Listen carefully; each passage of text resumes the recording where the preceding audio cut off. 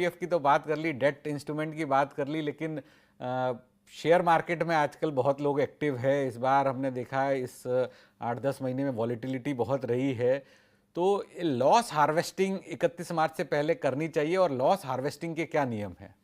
देखिए, loss harvesting के पहले मैं प्रॉफिट हार्वेस्टिंग की बात करता हूँ।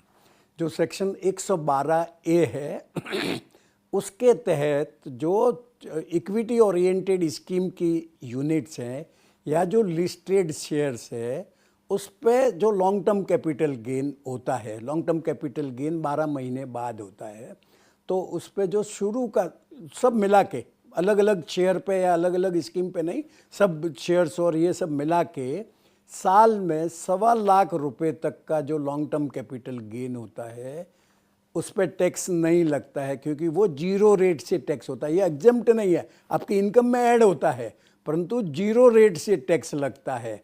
और इसके ऊपर जो होगा उस पर आपको 12.5% टैक्स देना पड़ता है। तो चूंकि हर एक इंडिविजुअल को, और रादर हर एक टैक्स पेयर को 1.25 लाख रुपए तक का जो long term capital gain on listed shares and equity scheme zero rate से टैक्स होता है, तो बेच ही देने चाहिए। 1.25 लाख रुपए का तो टैक्स फ्री उतना मुनाफा टैक्स फ्री कर देना चाहिए। और एक बात और मैं ऐड करना चाहूँगा कि आपने कोई ऐसे शेयर में इन्वेस्ट किया है जिन्हें आप छोड़ना नहीं चाहते हैं, तो उस केस में भी आप, अगर आपके पास सेम डीमेट अकाउंट है तो एक दिन बेच दो, दूसरे दिन वापस खरीद लो। अगर एक से ज़्यादा डीमेट अकाउंट है तो एक डीमेट अकाउंट में बेच दो और एक डीमेट अकाउंट में खरीद लो, या सेम डे कर सकते हैं।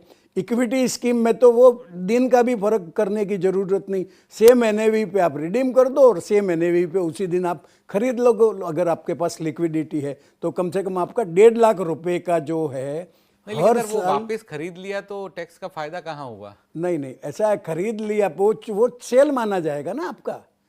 मतलब जैसे शेयर्स बेचा आपने और दूसरे अकाउंट में खरीद लिया तो वो सेल परचेज ट्रांजैक्शन माना जाएगा। परंतु अगर आपका एक ही डीमेट अकाउंट है और आप सेम डे परचेज सेल कर दिया तो वो डिफरेंस है, वो स्पेकुलेटिव प्रॉफिट और टैक्स, स्पेकुलेटिव प्रॉफिट और लॉस माना जाएगा, और आपका ये पर्पज है, इसमें वो सॉल्व नहीं होगा। तो आपको यह ध्यान रखना है कि अगर एक ही डीमेट अकाउंट है तो अलग अलग दिन ये ट्रांजैक्ट करिए। मतलब ये जो शेयर का डेबिट और क्रेडिट आपके डीमेट अकाउंट में रिफ्लेक्ट होना चाहिए, तो ही आप ये क्लेम कर पाएंगे। एक ही डीमेट अलग अलग दिन?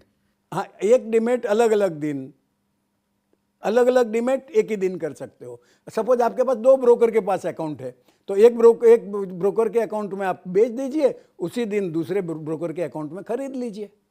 ओके, क्योंकि उसकी एंट्री है दोनों के डीमेट अकाउंट में आएगी। ओके, तो बहुत इंटरेस्टिंग पॉइंट आपने बताया, लेकिन ये प्रॉफिट हार्वेस्टिंग का है 1.25 लाख रुपए तक। अब लॉस हार्वेस्टिंग की बात कर रहे हैं। अब ऐसा है कि आपको प्रॉफिट है तो टैक्स भरना ही भरना है।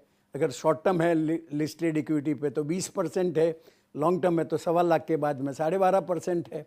अब ऐसा भी हो सकता है कि आपने कुछ शेयर खरीदे हैं जो लॉस में चल रहे हैं, तो वो लॉस वाला आप पकड़ के रखोगे और जिस पे प्रॉफिट हो गया वो बेच के आप उस पर 12.5% टैक्स भरोगे, तो यह तो बुद्धिमानी की बात हुई नहीं।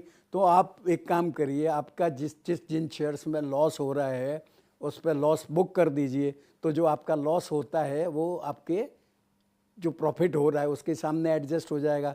आपको लॉस देने वाले शेयर से भी अगर प्यार है, आपको लगता है नहीं अभी लॉस है बाद में ठीक हो जाएगा, बरोबर है, तो मैंने जैसे बताया वैसे वो ट्रांजैक्ट कर दीजिए, वो कर दीजिए आप। पर कम से कम जो आपका बुक में लॉस है उसको तो बुक करिए, कम से कम टैक्स तो नहीं भरना पड़े आपको। नहीं भरना पड़े, लेकिन